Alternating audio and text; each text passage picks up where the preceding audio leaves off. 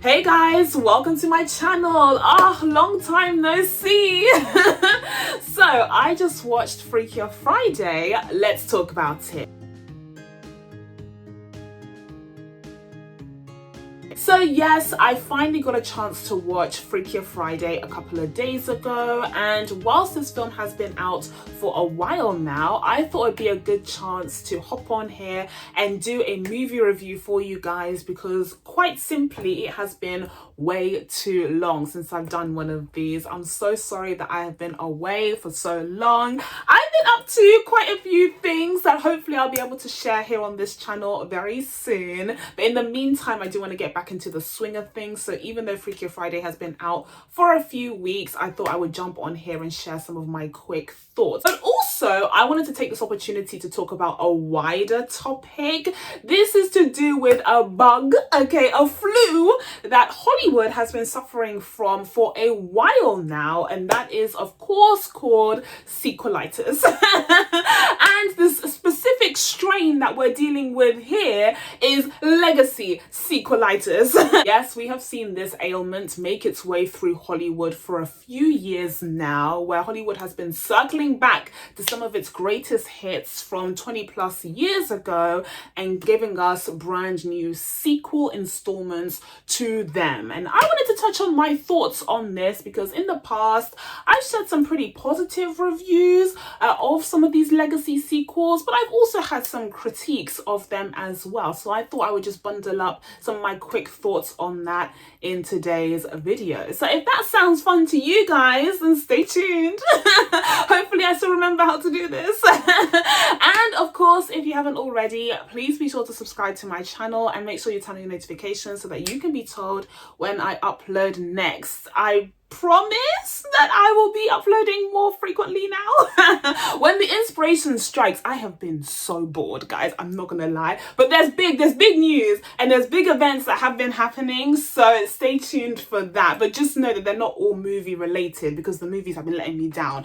But anywho, without further ado, let's dive into Freakier Friday. So Freakier Friday was directed by Nisha Ganatra, and it is of course the legacy sequel to the 2003 iconic Disney original movie Freaky Friday, which of course starred the one, the only Lindsay Lohan. Early 2000s Lindsay Lohan was unbeatable, okay? And alongside her you also had Jamie Lee Curtis in one of her most iconic comedy roles as well. I mean, this film is just such a cultural touchstone. It is so iconic, it is so emblematic of some of the best movies that we got from the early 2000s, particularly films that were primarily directed towards female audiences. Loved the original Freaky Friday, and the double bill of Lindsay Lohan's The Parent Trap and Freaky Friday is just like, ooh, it still runs hot, okay? I literally did that double bill literally last year and I enjoyed it just as much as I did like 15 years ago when I first watched these films. So they are truly iconic, so I completely understand why Disney would want to do something with this very popular iconic film. And I have to say, having watched this film, for the most part Disney was pretty successful with this sequel. I had a fun time watching Freakier Friday. It was such a delight to see the return of these iconic characters portrayed by Lindsay Lohan and Jamie Lee Curtis. This time around you have a whole grown-up Anna who is kind of mirroring the personality traits that Jamie Lee Curtis's Tess showed in the previous film, because she is of course a psychiatrist, a therapist, and so all of the practices that she had in the previous film have kind of been adopted by her daughter, who is now older, more mature, and wants some calm in her life. And this is all very important because she is now a mother herself to a teenage girl who very much mirrors the characteristics that she had when she was younger in the previous film. So we have a decent setup here, ample opportunity for misunderstandings between mother and daughter. It's something that the first film explored really, really well. The whole point of it is to kind of cross over the mum and the daughter to show them what it's like to walk in each other's shoes for a day and to finally understand where the other person is coming from and to see the world from their perspective. And so on the surface of it, the premise of this Legacy sequel presents ample opportunity for us to explore this theme again, this time around at a completely different stage in both Anna and Tessa's lives. But this time around, writer Jordan Weiss introduces an added element of complexity and freakiness by including the brand new generation that have been thrust into this world, that being Harper, Anna's daughter, and Lily. Lily is Anna's soon-to-be a stepdaughter as she prepares herself to get married to the wonderful, incredibly attractive Manny Jacinto and Eric.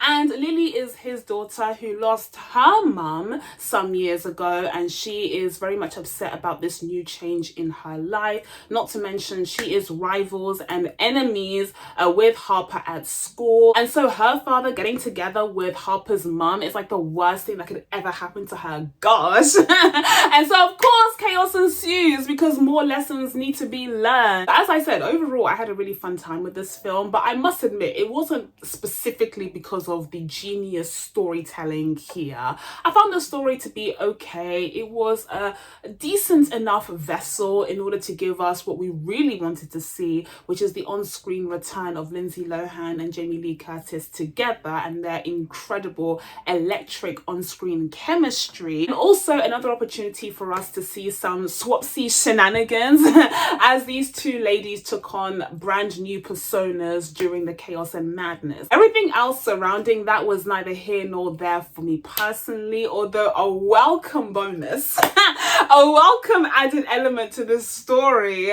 was Mr. Manny Jacinto. Manny Jacinto is so fine. Listen, on a completely unrelated note, I have started to watch The Acolyte on Disney Plus. The show that was much maligned in 2024. Yeah, I started watching it for just no reason in particular.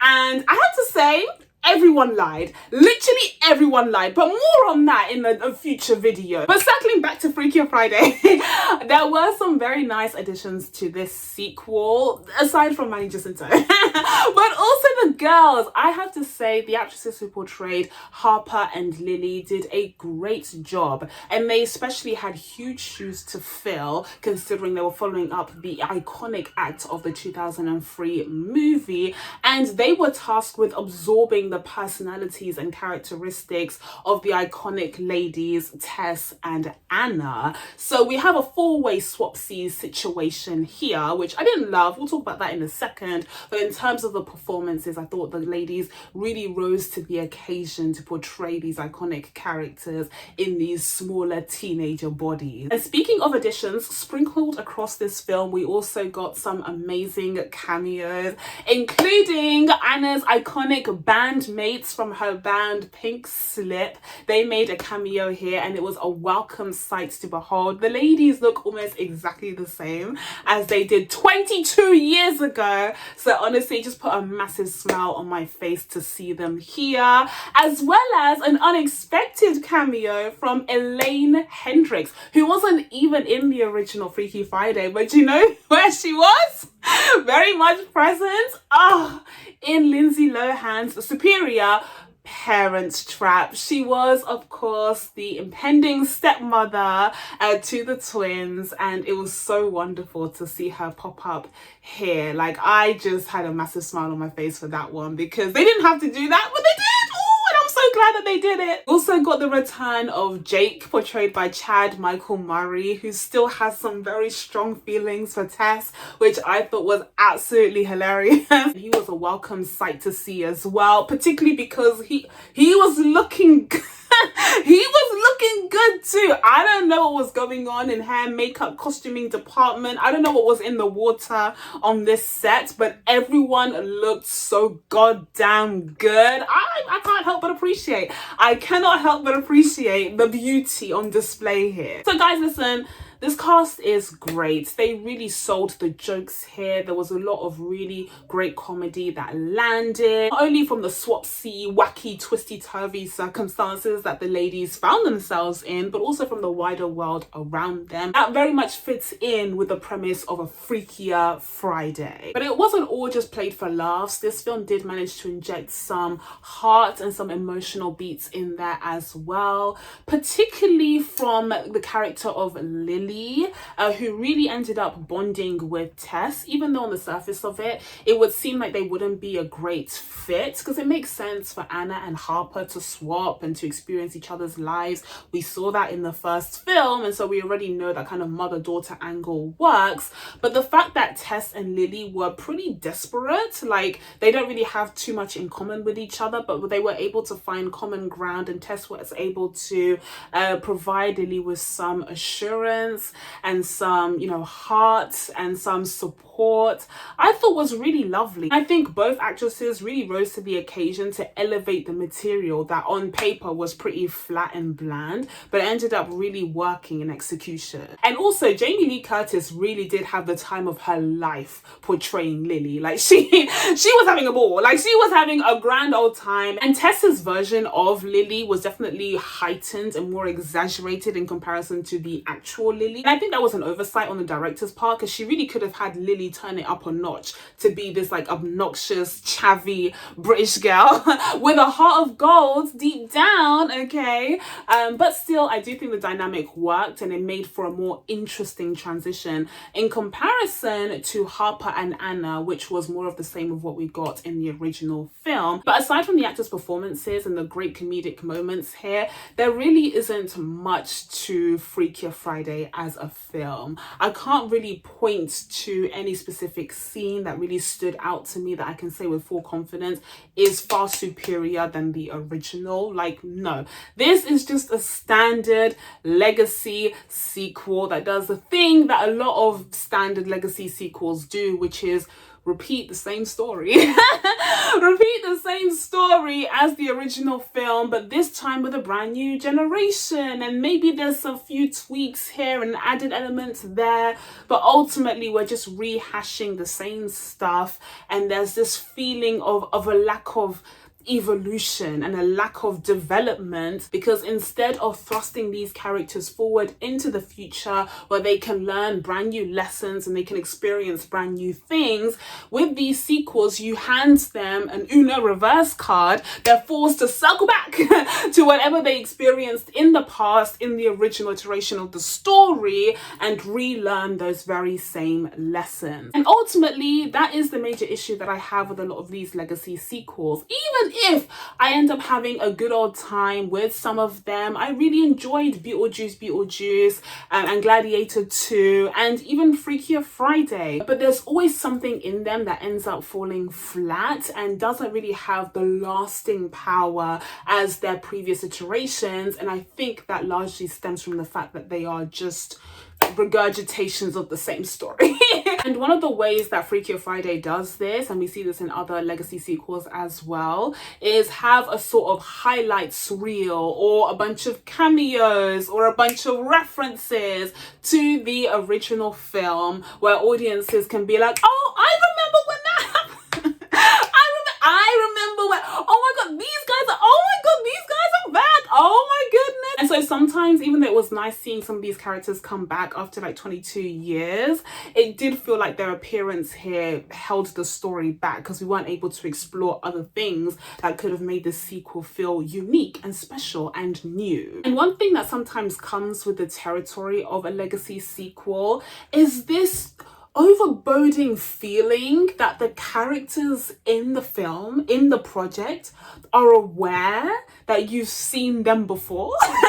Like, they're aware that you've been there and done that, and they're back for a sequel. And so it sometimes feels a little bit tongue-in-cheek, but very self-aware. And it can be cute, it can be fun, but it can also be a little bit jarring and take you out of it. It takes you out of the immersion of the world. So the whole time in Freakier Friday, I didn't really feel like I was watching Anna and even Tess, although Jamie Lee Curtis was deep in that character. Like, she was deep in her bag for her performance here. She was hilarious. But Anna never really appeared to me. The whole time, pretty much, it just felt like me watching Lindsay Lohan, and she was very aware of the fact that she's reprising this iconic role from her early 2000s roster. So that's enough on Freakier Friday, I think. And with all of that being said, I'm going to be giving Freakier Friday a 7 out of 10. So now that we've done that, now that we've gone through my thoughts on Freakier Friday, I just wanted to quickly touch on this whole sequelitis issue. What are we gonna do about Hollywood's illness and disease? Honestly, this is a tough one because this illness, despite it being extremely prevalent, does have some positive side effects on occasion. We have actually seen some pretty decent legacy sequels pop up over the last decade or so since Hollywood has become obsessed with them. I would look to films like Top Gun Maverick, Creed, Star Wars The Force Awakens, and yes, even Gladiator 2, although I admit I did like it far more than most others did. But there are some good examples of legacy sequels that have been really enjoyable, very well made, and have felt worthwhile, revisiting the world and exploring some brand new characters, as well as enjoying the return of some old classic ones. But if you consider the ever-growing list of legacy sequels that we have, the ratio of success to floppage is well off. And it does lead me to ask, is it really worth it for Hollywood to sink so many resources, both in terms of budget for the film, budget for the advertising, also the time, effort, and energy of some of the most talented filmmakers, camera operators, hair and makeup team, etc. and so forth, and not to mention people's attention spans. Like, studios only have a certain amount of people's attention spans to harvest for their projects every year, and so to dedicate a little portion of that precious attention spanage onto yet another legacy sequels is a risky move. So I'm just questioning whether this is a sound business approach for the industry at this point, especially because a lot of these films have ended up flopping, or if not at least disappointing at the box office. And as I said, most of them have shown that they don't have the same lasting power and cultural imprint as their predecessors anyway. And then finally, we have one big major problem that overlays this entire legacy sequel conversation, because ultimately, even though we may have thought that the legacy sequelitis was the big disease running amok across Hollywood, in reality, legacy sequelitis is just a symptom of an even greater illness, a greater disease that has been crippling the industry for years now, and no one wants to admit it. Ooh. And I have given this illness my own name, and you want to hear it? Come closer. The name is creative bankruptcy. Oh! Creative bankruptcy. This is the issue. This is the big problem that Hollywood is crippled with at the moment. This is what we were being warned about in Ready Player One. Well, the Ready Player One-ification of pop culture is fast approaching, especially in this age of AI. There is this overwhelming sense that Hollywood is trying to milk existing properties, existing creativity, existing ideas, and is failing to come up with new ones at a fast enough rate to replace them. Ooh. But listen, that's a story for another day. I said I wanted to talk about legacy sequels today, and I did, so we're gonna have to wrap up that other thing at a different time. So that's it from me, guys. Now that I told you guys my thoughts on Freakier Friday and Legacy Sequelitis, the ailment that has been crippling Hollywood for years now and may just be a little side effect of a bigger problem that is afoot, it's time for you guys to let me know what you think of all of this down in the comments below. Please be sure to subscribe to catch new videos coming up. Thank you guys so much for watching. It feels great sitting back in this seat. I hope you enjoyed it, and I will see you in the next one. Bye.